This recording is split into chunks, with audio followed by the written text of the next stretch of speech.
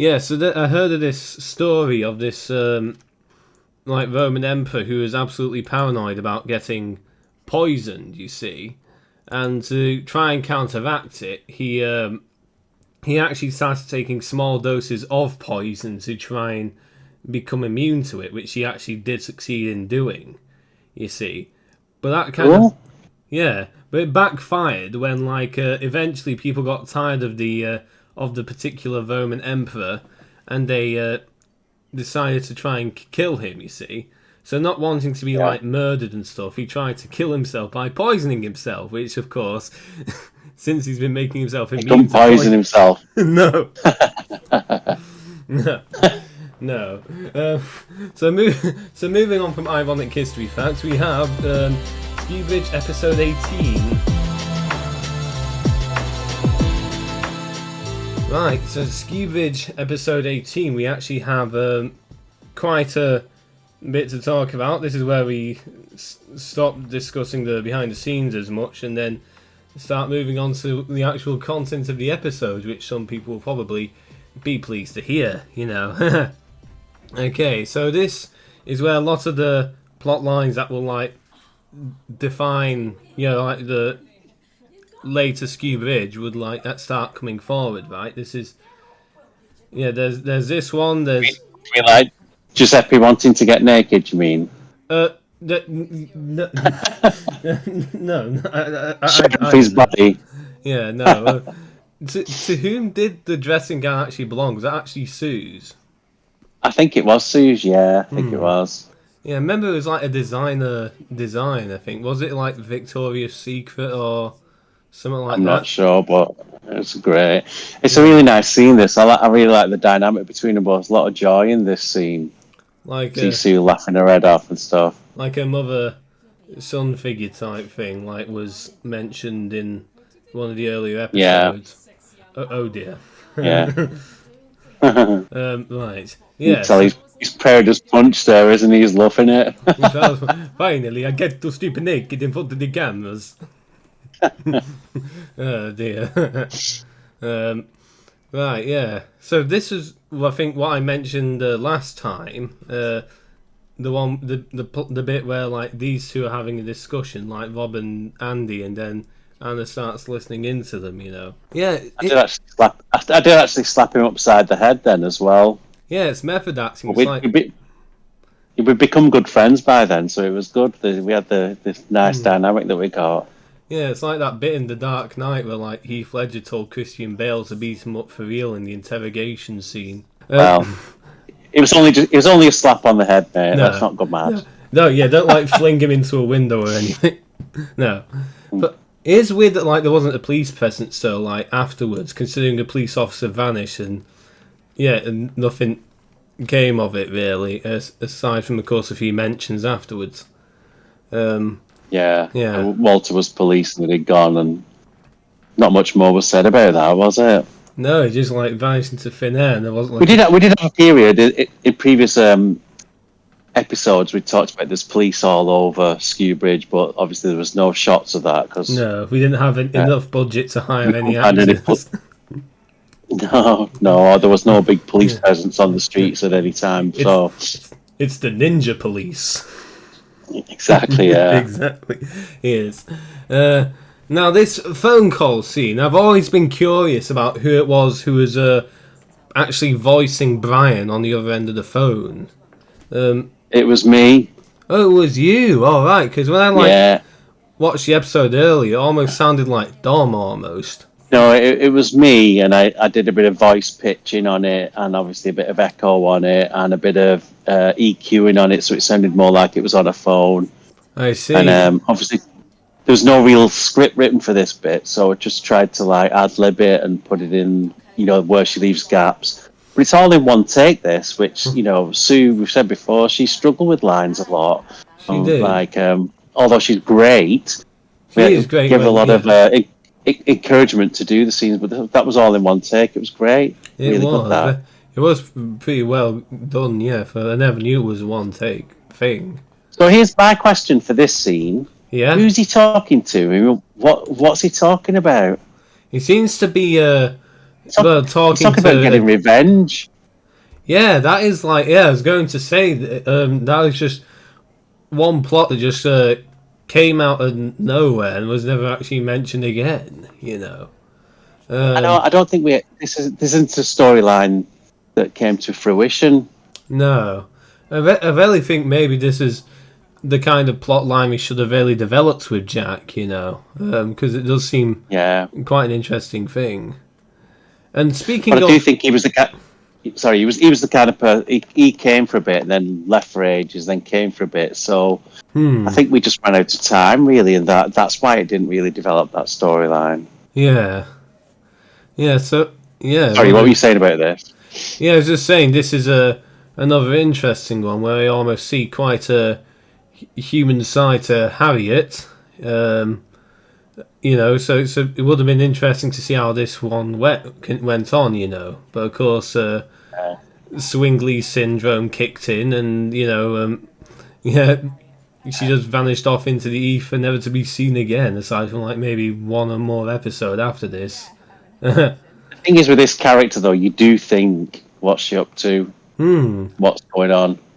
Yeah, is she being genuine with her intentions here? Is she trying to like worm into favour with some of the high, not high hitters, but you know, like some of the richer people of Skew Bridge? You know, is she just trying to curry favour with some of the richer people? You know, Not the salon. She's trying to go for the for Rob's businesses or something. Yeah, Rob's businesses. You know, for maybe she's trying to take over the entirety of Skew Bridge, and maybe that's what's going on. Or, of course, she could, of course, just be being friends with as well. You know, we don't really know, which would have been great to see that storyline unravel too. It's quite not long scene, but in the grand scheme of the 10 minutes of each show, quite a big long scene there, and which never really came to anything.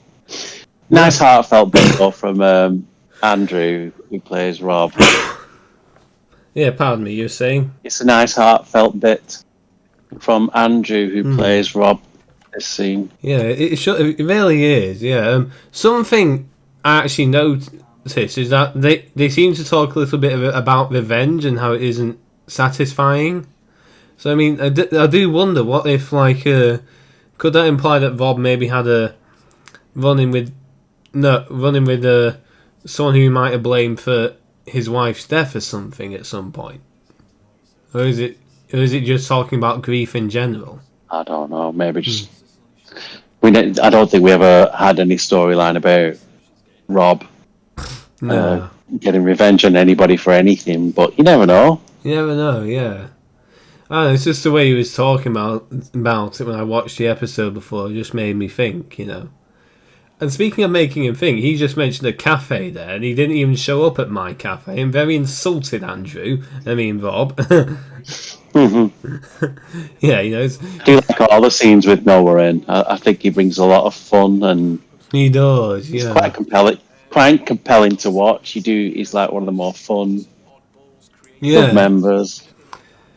Yeah, and he's also got a more serious side when like Lucius like shows up, you know. So he's got quite a lot of depth of character. This he does. Incidentally, this I think you wanted to mention it, but the talent night, which Noah's just brought the flat. The one big storyline which never ended up happening, unfortunately. I mean, that's quite an ambitious thing, wasn't it, the talent night? It was going to be a big, almost like a live show, wasn't it? Or and everybody was going to do a bit of something in it, you know. And we were going to build up to this talent night where we had some big storyline going on, maybe a bit of fighting in the background or something like that, or some big reveal, you know, while you know people were doing their little singing or drag queen or something like that. Yeah, but we never actually got to it. Yeah, so I mean, so it sounds like we were almost like so remember the tram crash that Coronation Street had for the 50th anniversary? This almost would have been a similar thing. Yeah. I do love how fed up Gary's getting with like Andy at this point. Here we are, me and you. Me and you, yeah. It's like, yeah, this is like live footage of us making commentary right now. No, I'm Here's kidding. the talent show flyer. The talent Yeah, show that bit, flyer. when I did that, everybody laughed their head off on that. So What the when I "Oh, did you're that, good" line? when I did that pointing at, yeah, everybody laughed. So I had to like, when I was editing that, I had to cut it like quite early on. Yeah, It's good. It's good because you wouldn't know, and you'd go straight to you, and you're really bored. yeah. Just I'm about 3 seconds from death. They Yeah. having to deal with Andy's constant questions about Lauren. Careful what careful what you wish for. You see, What? Harry wanted his emporium. Yeah, Wanted to, yeah. he gets what he wants, and it's The not what monkey he thinks. paw curls. Yeah, so I mean, yeah, yeah, Gary should He have heard probably. just before as well, Hmm. just before Noah came in. Before that was the first. Usage of the Um, Star Trek door. it was, yeah, yeah, Oh, right, okay. just just nice and subtle, not too loud. I think only if you're a Trekkie, or You you get the probably notice reference. that. Yeah. Yeah. I do wonder exactly what part of Gary's Emporium was like causing that sound.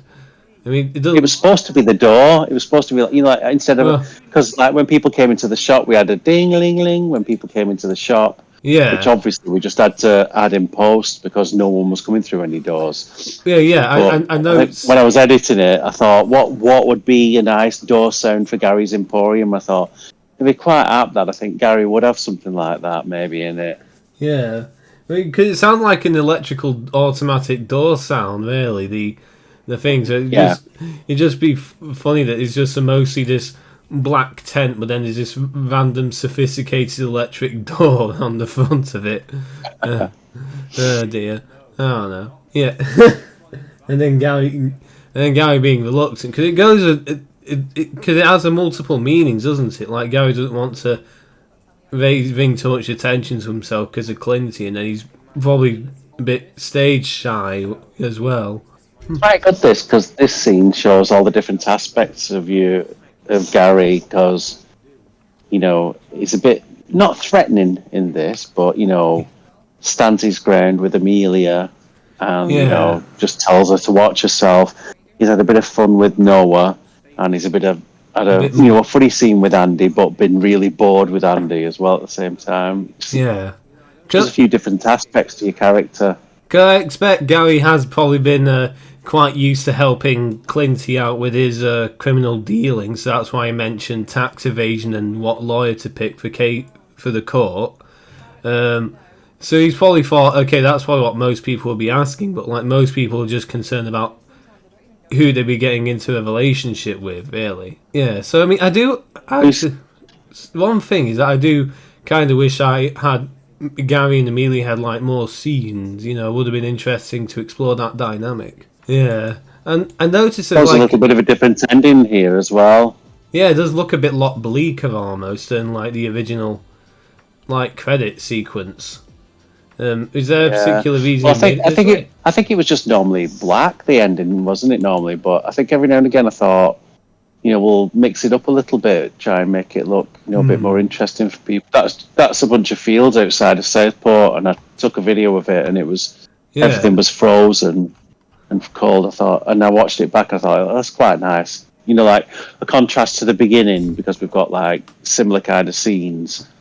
But yeah, I because it know. was nice, we had the gimbal by that point, so it was nice and steady cam, and slightly slanted. So I thought it was quite nice and interesting. Yeah, actually, when I first like saw this, I actually almost thought it was. Well, I actually almost thought that was like part of the original set of footage. But I didn't know that was like something you filmed especially for the credits. Well, no, I think because we'd got the gimbal at that point, I'd taken it out, and as I was driving places, I thought, oh, I'll get a bit of a video of this, get a video of that, and then just watched it back and thought, oh, it looks nice. I'll stick that on the end. Right, I see. Well, yeah, fair enough. It does. It is a bit more interesting and dynamic to look at than say the original credits were.